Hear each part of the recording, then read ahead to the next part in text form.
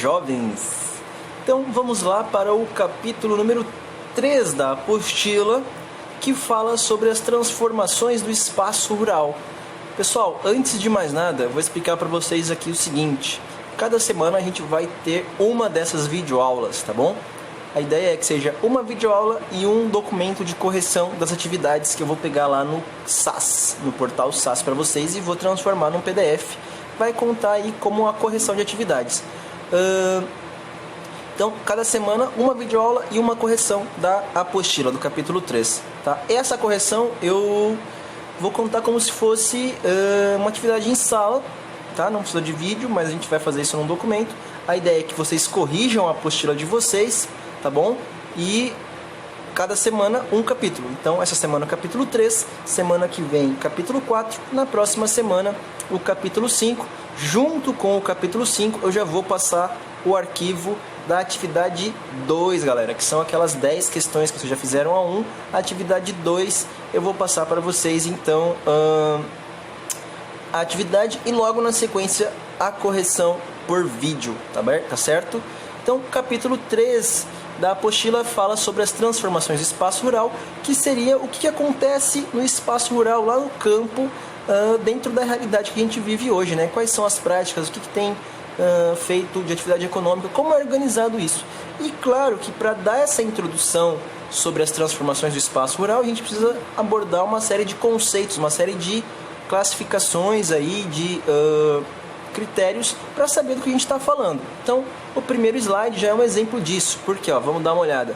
Ele vai trazer para a gente a classificação dos setores da economia. São 3 setores: setor primário, setor secundário e o setor terciário, pessoal. Setor primário é tudo que é feito no campo ou diretamente na natureza lá, ó.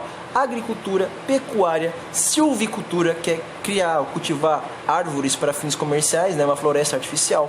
Piscicultura, que é a criação de peixes. Extrativismo mineral manual, o garimpo. Extrativismo vegetal, pode ser extrair madeira ou semente, casca, folha, raiz, fruto, né? Qualquer extrativismo vegetal, coleta.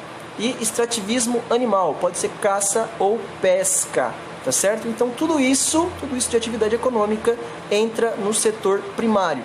Agora, setor secundário, a indústria, é o setor industrial, é o mais conhecido aí, mais direto. Também tem a construção civil, aquele pessoal que trabalha com construção de casa, prédio, ponte, né, tudo que é construção.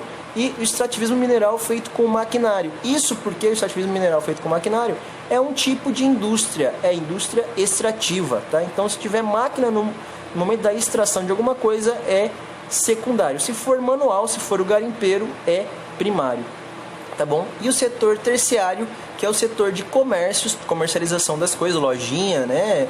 Venda de alguma coisa e prestação de serviços, todo aquele que é profissional e que exerce alguma atividade específica, né? Alguma especialidade, dentista, professor, chaveiro, carpinteiro, mecânico, né? Encanador, vendedor de alguma coisa, tudo isso é terciário, tá certo? Vamos lá então, a gente já falou aí sobre os setores da economia, como que a economia é dividida, e vamos enquadrando isso aí dentro do espaço rural e do espaço urbano, né? Claro que o setor primário está muito mais ligado ao espaço rural, o setor secundário ao espaço urbano e o terciário está em tudo, né? Afinal, ele é o comércio e a prestação de serviços, ele está tanto no espaço rural quanto no espaço urbano.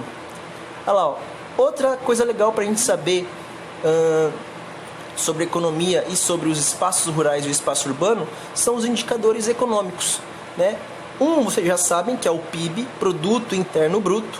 Ele nada mais é do que a soma de tudo que foi comercializado, vendido, tudo que tem rendimento de empresas ou indivíduos de um país, certo? Em um período aí de um ano, ou mês, ou trimestre, depende do que você está falando aí. Pode ser o PIB mensal, PIB trimestral ou PIB anual. Então, é o rendimento acumulado por empresas ou indivíduos de um país, certo?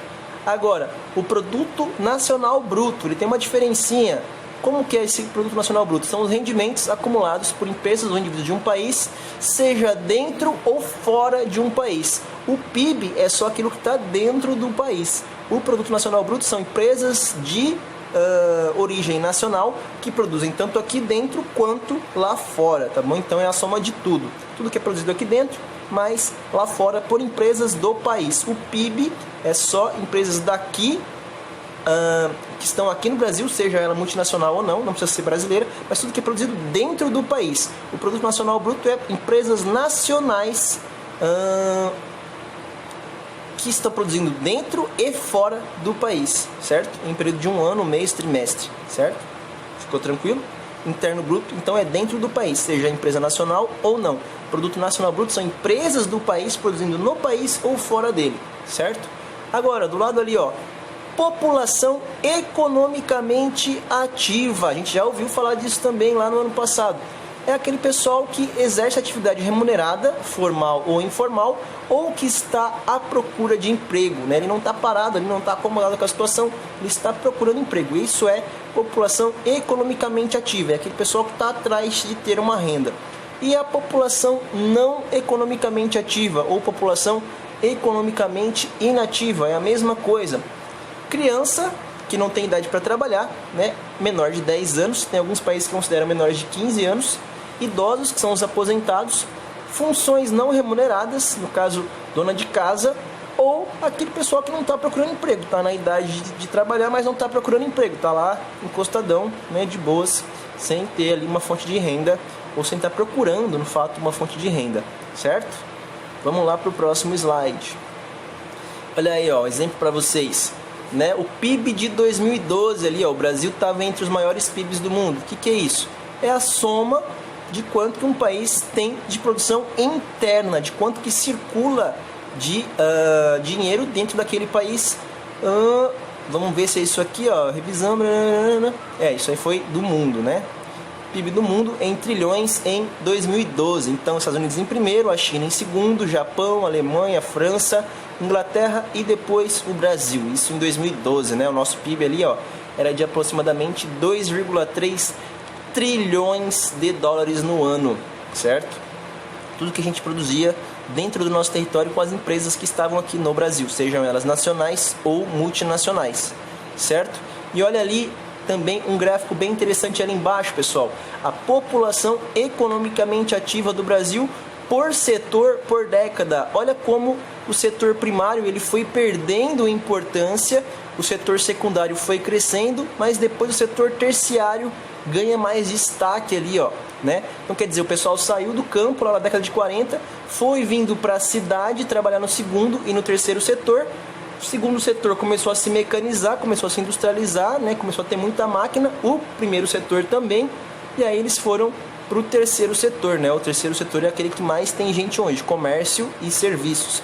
A indústria está mecanizada, a agricultura, a pecuária, o campo está mecanizado, então só sobra mão de obra ali, só sobra espaço para o pessoal trabalhar no terceiro setor. Importante também a gente dar uma analisada nesse gráfico aí para entender esse processo. Vamos lá para o próximo setor, ou para o próximo slide. Conceitos agora sim sobre o espaço rural, né? 3 conceitos que envolvem o que é produzido, o que é feito, que é mais comum ser feito no espaço rural. Então, o conceito de agropecuária, ele junta 2 coisinhas, agricultura e pecuária. Nada mais é do que aquilo que é o cultivo de plantas e vegetais e a criação de animais, só que numa palavra só. Em vez de ser agricultura e pecuária, a gente transformou em agropecuária. Agora, agroindústria, olha aí, eu já dei né? Pegou alguma coisa que é do primeiro setor, agricultura, lá, agricultura e pecuária, e a indústria do segundo setor. Mas é justamente isso que acontece, pessoal. É quando você tem uma indústria lá próxima ao espaço rural. Ela pega uma matéria-prima do espaço rural, vinda da agricultura ou da pecuária, ou até do extrativismo, né? E transforma em algo industrializado. Tá vendo essa foto aqui, ó? Né? Essa foto aqui é uma indústria de suco de laranja. Ela vai processar esse suco de laranja, essa laranja que foi colhida lá no campo, e vai transformar em suco industrializado, naquele suco gostosinho, açucarado, que vem numa garrafinha para vocês aí tomarem no intervalo, por exemplo, certo? Então isso aí é um exemplo de agroindústria. E o agronegócio? Agronegócio já seria tudo aquilo que envolve a produção, seja direta ou indiretamente, de uma produção agrícola e também da agroindústria. Ou seja, o cara tem que comprar equipamento, semente, fertilizante, ferramenta, tudo que envolve a montagem desses elementos, né, do que a gente chama de cadeia produtiva, tudo isso forma em conjunto o agronegócio. Olha aqui, ó, esse esqueminha aqui embaixo, ó, né, a sementinha, depois vai lá para a fazenda, então ele tem que comprar a semente, adubo, fertilizante, né, tudo agrotóxico, tudo aquilo que antes de plantar, planta, produz.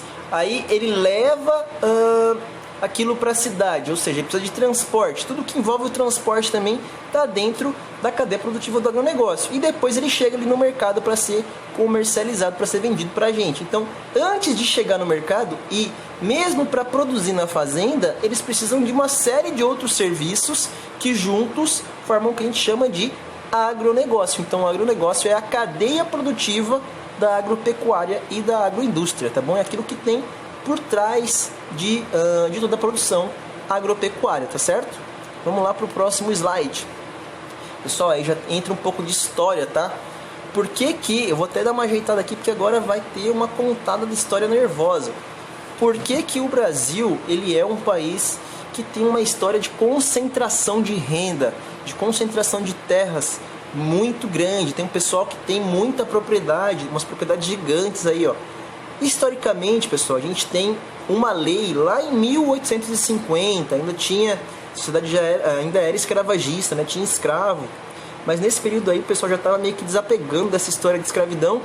E para não desagradar, vou ser bem sincero, para não desagradar os donos dos escravos, os fazendeiros, donos de escravos, o Congresso brasileiro, né, o rei ali, na verdade era imperador já, né, o Dom Pedro II, ele, para agradar os fazendeiros, para não perder apoio desse pessoal, ele elabora uma lei abolindo as sesmarias, que eram essas terras que eram do Império, mas que poderiam ser usadas pelos fazendeiros para produzir, né, que eram conhecidos, próximos ali do rei, do imperador, e ele elabora a lei de terras. A lei de terras nada mais é do que uma lei que agora diz o seguinte: toda terra no Brasil pode ser comprada, toda terra que é do Império no Brasil pode ser comprada com dinheiro. Só que nem todo mundo tinha dinheiro, né? Tinha um custo muito alto. O pessoal que tinha dinheiro era aquele pessoal que já tinha terras, já produzia alguma coisa na terra, certo? E portanto tinha uma riqueza acumulada e poderia comprar essa terra, certo? Esse processo, essa lei gerou uma linha de concentração de terra muito grande, já desde aquela época, né? 1850 e antes também. Toda a ocupação do território brasileiro privilegiou a concentração de terras. Agora, essa lei ela garantiu que só quem tivesse dinheiro poderia comprar terras, né? Bem simples. E isso facilitou a concentração de terras. Quem tem dinheiro tem, quem não tem dinheiro fica chupando o dedo, certo? Outra coisa que essa lei também deu uma vacilada foi que ela não tinha ali, dentro dos seus dispositivos, dentro dos seus artigos, nenhum artigo, nenhuma determinação que obrigasse você a produzir nessa terra e nem a ocupar essa terra, né? Você só podia comprar ali e deixar. Falou, ó, eu comprei, tem um documento, essa terra é minha, agora que ninguém pode entrar, essa terra é minha, eu vou acumular terra porque eu tenho dinheiro e isso aqui é um bem da minha família, né? Você não precisava nem produzir nada, podia ficar ali parada aquela terra e não precisava nem morar ali, certo? Não era obrigatório.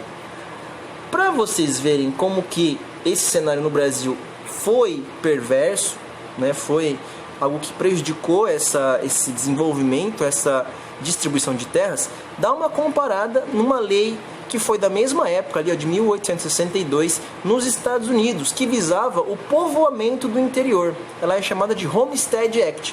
Primeiro, você comprava 60, 80, 100 acres por poucos dólares, eram $20. Claro que $20 na época era muita grana, mas era um baixo custo se comparado ao cenário do Brasil de 12 anos antes, né? Porque a ideia era trazer imigrantes da Europa para povoar o interior dos Estados Unidos. Então foi uma ideia totalmente diferente. Não era de concentrar, não era de favorecer os ricos, mas era de distribuir terra e ocupar o território, certo?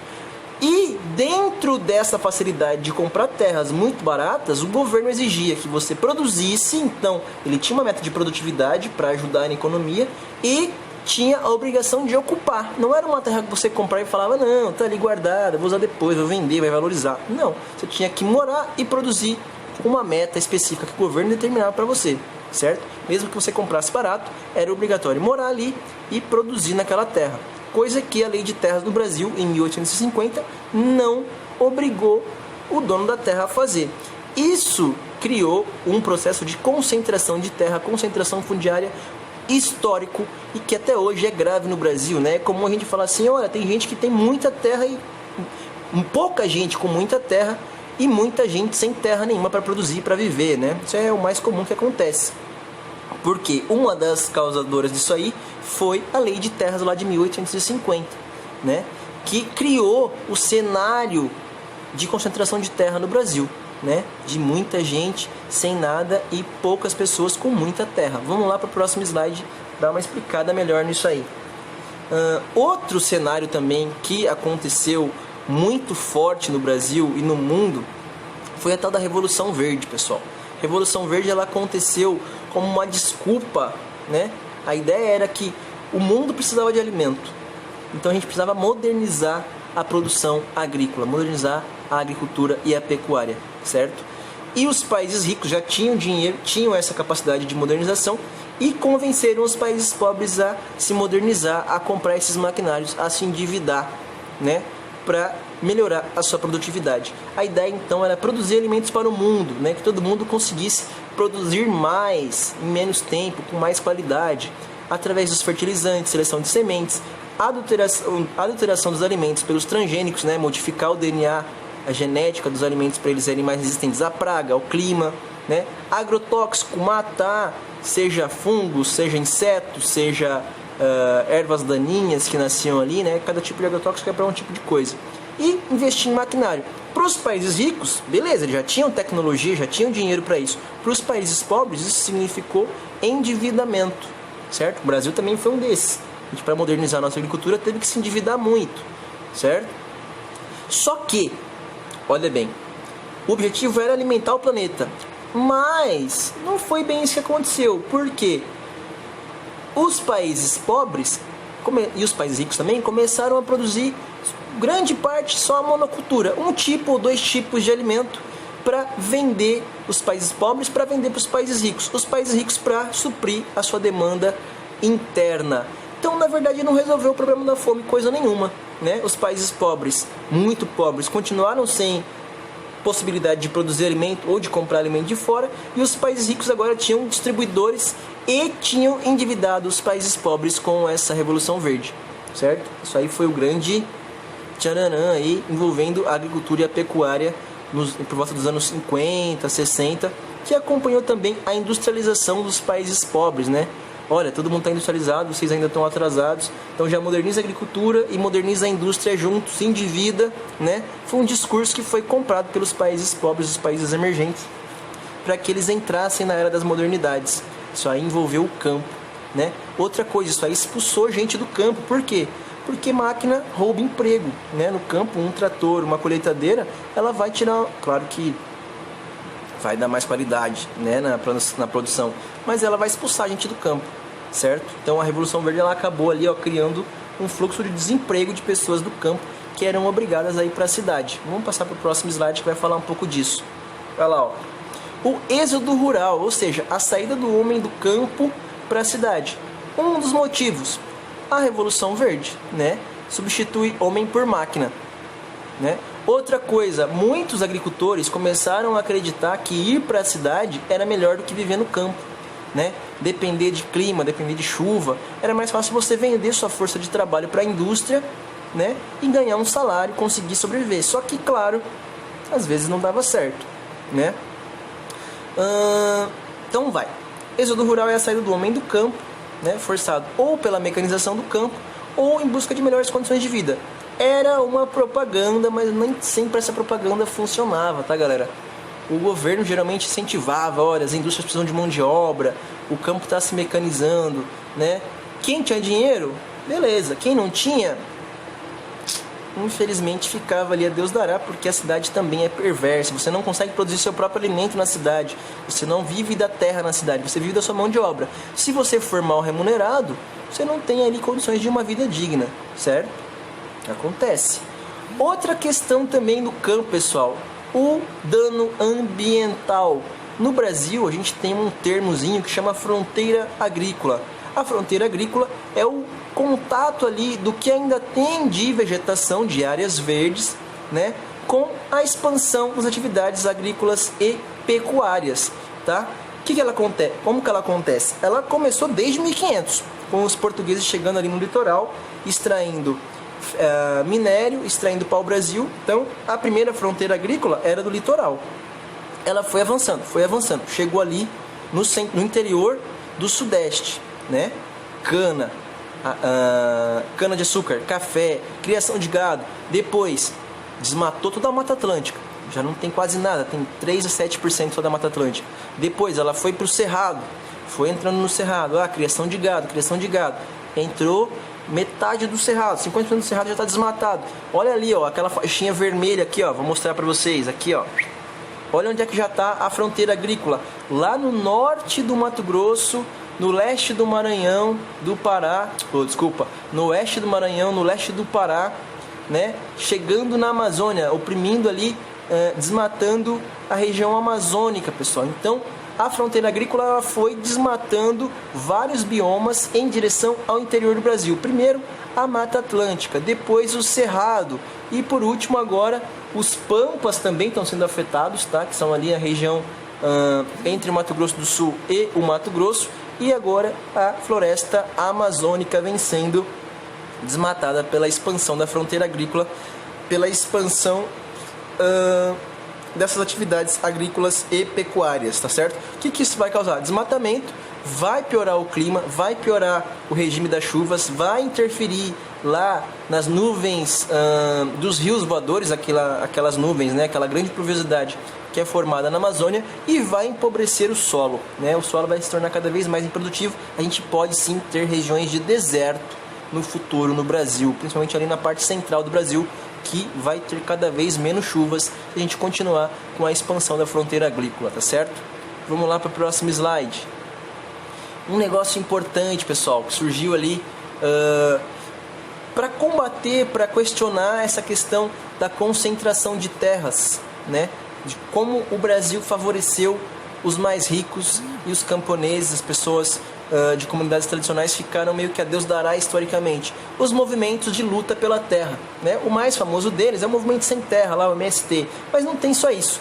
Indígena faz parte do movimento de luta pela terra, quilombola faz parte do movimento de luta pela terra, ribeirinho, qualquer população tradicional que viva no campo já por si só faz parte de um movimento de luta pela terra, certo? Alguns são mais organizados, outros nem tanto. Mas a ideia é o quê? Que esses movimentos exigem, por uma estratégia ou outra, a reforma agrária por parte do governo. O governo tirar, desapropriar, multar, né? Pegar de volta terras que ou são irregulares ou são improdutivas e pegar essa terra para eles, porque essa terra não passa para o camponês, a terra agora é do governo, e ceder o uso dessa terra para o camponês, para o indígena, para o quilombola, numa unidade de conservação ali, numa área de proteção permanente, ambiental, certo? Mas que o Estado intervenha, desconcentre, né? Tire parte dessas terras improdutivas da mão dos grandes proprietários e utilize isso para a reforma agrária, para distribuir essa terra para as pessoas que precisam, que querem, que desejam viver da terra, tá? Vamos lá, ó. Em 1964, pessoal, aconteceu um negócio que deu uma melhorada aí, pelo menos em teoria, pelo menos na lei, tá lá, né? Aconteceu durante a ditadura militar, por incrível que pareça, lá em 64. Mas foi meio que uma maquiada, assim, ó, da ditadura militar para dar uma acalmada na população, né? Afinal, eles estavam ali num processo não democrático, né? Tiraram o presidente do poder, entraram ali, ficaram 21 anos, certo? E o Estatuto das Terras o Estatuto de Terras foi meio que uma reviravolta, vamos dizer assim, no que era a Lei de Terras. Ela dava uma reconfigurada na questão. Por quê? Porque ela dava um tapa na Lei de Terras. Falava, não, isso aí só ajudou a concentrar, vamos colocar outra coisa. Então fizeram essa lei aí, ó. Nessa lei, um dos pontos principais era a função social da terra. Você era obrigado a ocupar e a produzir, né? Desde que essa terra passasse ali pelo processo de desapropriação e voltasse a ser terra do governo, certo? Então, se o governo cedesse essa terra para você, você era obrigado a ocupar e produzir. E se fosse verificado numa grande propriedade que você não produzia, que era uma terra improdutiva, você também poderia perder essa terra, né? Essa grande concentração ali estava sendo atacada por essa lei, mesmo que até os dias de hoje ela não seja tão bem utilizada como deveria, certo? Então, quais eram os critérios aí para que o Estatuto de Terras, para essa desapropriação, para essa distribuição de terra ser utilizada, certo? O primeiro, terra grilada. Terra grilada, pessoal, era aquele pessoal lá de muitos anos, onde você não tinha fiscalização, os documentos eram meio suspeitos, os cartórios também não tinham tanta, vamos dizer assim, tanta segurança. E o pessoal falsificava o documento de terra, propriedade, certo? Dava uma mascarada ali, colocava numa gaveta com grilos, por isso que é grilagem, né? Eles falsificavam um documento, faziam esse documento ficar com cara de mais antigo e registrava esse documento num cartório. Isso fazia com que aquela propriedade passasse a ser dele, mesmo sem ele ter comprado aquela propriedade por um valor justo, certo? Então, terra grilada com documento ilegal. Estou com coceira no nariz aqui, desculpa. Terra grilada com documento ilegal. Essa terra, se for descoberta pelo Estatuto de Terras, ela pode ser desapropriada, pode voltar a ser do governo, né? Ela é tomada, desapropriada por força dessa lei. E terras improdutivas, ou seja, o cara tem um monte de terra, uma parte dessa terra está improdutiva faz muito tempo. Se for comprovado que ele não usa há muito tempo, o governo pode ir lá comprar essa terra, ele não vai tomar, ele vai comprar por um preço justo, pega essa terra, transforma ela em terra do Estado e aí utiliza essa terra para reforma agrária, certo? Esses são as duas formas aí, os dois argumentos mais utilizados no Estatuto de Terras para fazer a reforma agrária, para desapropriar uma propriedade de alguém, certinho? Vamos lá para o próximo. Outra questão no campo também, para proteger o campo e que envolve as comunidades indígenas e quilombolas principalmente, são as unidades de conservação. São territórios que são criados por lei para preservar o meio ambiente, né? Não tem mais a ver com propriedade rural, agora é o meio ambiente puro e simples. Você tem dois tipos de unidade de conservação: a de proteção integral, que ninguém pode entrar ali, só pode entrar para fazer pesquisa ou turismo ecológico, né? Pesquisa científica ou a visita guiada educacional ou turismo ecológico. Não pode usar nada ali, só uso indireto dos recursos, né? Você pode observar para fazer pesquisa, coletar alguma coisa, mas só uso indireto. Tu não pode chegar ali e coletar ou tirar árvore, fruta, o que seja, não pode, é a proteção integral. E uso sustentável. Esse uso sustentável é onde entra as comunidades, os indígenas e os quilombolas. Eles têm algumas permissões para utilizar essa terra, certo? Povos tradicionais, então, têm permissão para usar essa terra, desde que haja reposição e recomposição desses recursos, né? É deles já o hábito cultural que a terra seja restaurada naturalmente. Então, culturalmente, esses povos tradicionais eles já utilizam desse habitat e preservam esse habitat pela sua cultura, certo? Então eles podem aí se enquadrar como pessoas que podem utilizar essas unidades de conservação de uso sustentável, tá certinho? Vamos lá para o próximo slide. Modelos agrícolas. Agora a gente vai ter ali 6 tipos de modelo agrícola. Lembrando que não é que de cada 2, depois você tem mais 2. É que assim, são duplas. Então, o modelo familiar e o modelo comercial são duplas. Depois os próximos são duplas. Depois mais os próximos são duplas. Os 6 modelos, eles não são uma lista, certo? É que são comparações de 2 modelos diferentes. Então, o modelo agrícola, considerando a mão de obra, você tem o modelo familiar e o modelo comercial. O modelo familiar, como o nome já diz, a mão de obra é familiar, geralmente não remunerada, geralmente em pequena propriedade e geralmente com pequena produtividade. Eles usam para subsistência, ou seja, para se alimentar. Por que eu disse geralmente nos 3 ali, pessoal? Porque pode ter caso de modelo agrícola familiar que seja um pouquinho maiorzinho, né? mais bem desenvolvidozinho. Vamos supor que é um modelo familiar que deu muito certo, assim, que o cara conseguiu produzir e está ali investindo em maquinário, em tecnologia. Pode ser uma propriedade um pouquinho maior, pode ter uma produtividade um pouquinho maior, ele não precisa necessariamente usar aquilo só para subsistência. Então é um modelo familiar um pouquinho mais desenvolvido. Por isso que eu disse que geralmente não tem tanta produtividade e geralmente não é uma propriedade tão grande. Mas pode ter um caso diferente, né? Pode ter ali modelos agrícolas familiares, que a propriedade é um pouco maior, que a mão de obra é familiar, mas o cara tem um trator, o cara tem uma colheitadeira, então ele consegue fazer um trabalho mais ampliado naquele terreno, certo? E às vezes ele pode sim contratar um agrônomo, um ajudante, né, e remunerar aquela pessoa, não necessariamente da família. Então o modelo familiar, ele tem essa base aqui, mas ele pode ter algumas exceções dependendo do nível de desenvolvimento daquela propriedade, certo? E o modelo agrícola comercial, como é que é esse modelo agrícola? Como é que é a parte de mão de obra dele, né? Que é o foco desses dois modelos agrícolas, familiar, mão de obra familiar. O comercial já é mão de obra remunerada, é mão de obra contratada. É um pessoal que ganha para trabalhar naquela terra, certo? Geralmente o modelo comercial ele busca grande produtividade em grandes propriedades e a venda do produto é voltada para exportação, ele manda para o outro país, né? Interessante também, pessoal. O modelo comercial, ele é monocultor, né? Ele produz um tipo de alimento só. O modelo familiar, ele é policultor, ele produz vários tipos de alimento. Afinal, ele vai se alimentar daquilo. E o comercial, ele vai vender aquele produto para outro país. Então, o familiar é policultura e o comercial é monocultura. Vamos lá para o próximo. Modelo agrícola contra tecnologia. Tem aquele que é tradicional e aquele que é moderno. O tradicional, sem muita tecnologia, portanto, ele tem pequena produtividade, mesmo que utilize grandes áreas, né? A produtividade por área é baixa.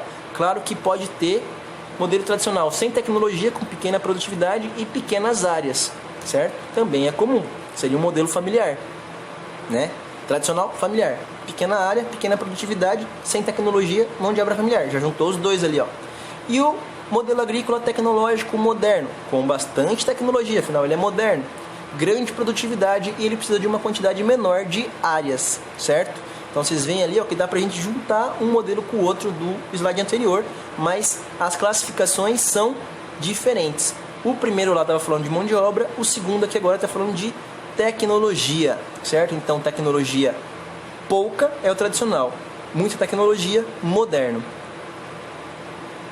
Vamos lá para o próximo. Modelo agropecuário quanto à produtividade agora. Então, primeiro teve mão de obra, segundo, uso de tecnologia, agora a capacidade produtiva. O modelo intensivo, certo? E agora, reparem que as imagens estão trazendo pecuária, pessoal, criação de animais e não mais o campo ali, ó. O modelo intensivo, claro que pode ser também para agricultura, tá? Mas o modelo intensivo, grande produtividade, ou seja, ele produz intensamente em pequenas áreas e usa muita tecnologia, portanto, ele intensifica na tecnologia para aumentar a produtividade. E o modelo extensivo, extensão, tamanho, menor produtividade em grandes áreas e técnicas tradicionais, né? Ele é muito semelhante ao slide anterior, você pode ver que as características são as mesmas, mas o foco do nome é o que? A produtividade. Produtividade intensiva, portanto ele usa tecnologia para intensificar a produtividade, e um modelo extensivo de tecnologia, que ele usa o tamanho, a área, para aumentar a produtividade. Então, intensivo usa tecnologia, extensivo usa a área, certinho? Pessoal, uma outra atividade que é feita no campo também é o extrativismo, né? E você tem classificações aí dentro desse extrativismo. No extrativismo vegetal, por exemplo, você tem o extrativismo madeireiro, que é cortar madeira, né? Tirar a árvore lá da floresta. E o não madeireiro pode ser coleta, semente, casca, fruta, folha, né? E a seiva, por exemplo, o látex, aquele que faz a borracha, é um tipo de extrativismo vegetal não madeireiro, certo? Agora, extrativismo animal, caça de bicho na selva, ali na savana, na floresta, né? Geralmente feito por populações tradicionais, e pesca, né? População ribeirinha, por exemplo, utiliza o extrativismo animal, a pesca, certo? E o extrativismo mineral, extrativismo direto, é cavar um poço artesiano e tirar água mineral, certo? Então, água mineral é um exemplo ali de extrativismo mineral direto. E o extrativismo indireto é extrair minérios, é o garimpo. Esse minério ele vai ser processado para ser vendido, certo? Então, ele é indireto. Água mineral você pode consumir diretamente. O minério ele precisa ser tratado para virar depois alguma coisa, uma ferramenta, uma máquina, o que quer que seja, certo? Então, mineral direto, mineral indireto, tá certinho? Vamos lá? Pessoal, Então é isso, essa aula, essa videoaula acabou, o exercício, o capítulo 3 termina aqui. A ideia então é que esse vídeo conte para a primeira aula, a segunda aula seria para resolução de exercícios, tá? Então, olha lá, ó, os exercícios da apostila do capítulo 3 e o do suplementar do capítulo 3 fica aí para a próxima aula. Espero que vocês tenham entendido. Grande parte desse conteúdo tá na apostila, tá, pessoal? Tem alguns slides que eu montei por conta própria para dar uma complementada, tá? Então, se vocês tiverem dúvida, assistam de novo essa videoaula, tá? Anotem no caderno as dúvidas que vocês tiverem, dão uma lida na apostila, grifem aí por conta própria, certo? Se tiverem dúvida também, dá uma olhadinha na internet, se estão em casa, tá bom? Se ficou alguma dúvida, manda ali um recadinho no Clipe Escola que eu dou uma olhada e respondo para vocês, tá certo? Espero que tenha ficado claro essa aula. Como vocês viram aí, é uma aula de conceitos, né? Grande parte dos slides foi de conceitos. Então, dá uma organizada. A gente vai depois no futuro utilizar isso na atividade 2. É isso, né? Espero que tenha ficado claro para vocês. Um abraço para vocês, um beijo nesse coração e até a próxima videoaula na semana que vem.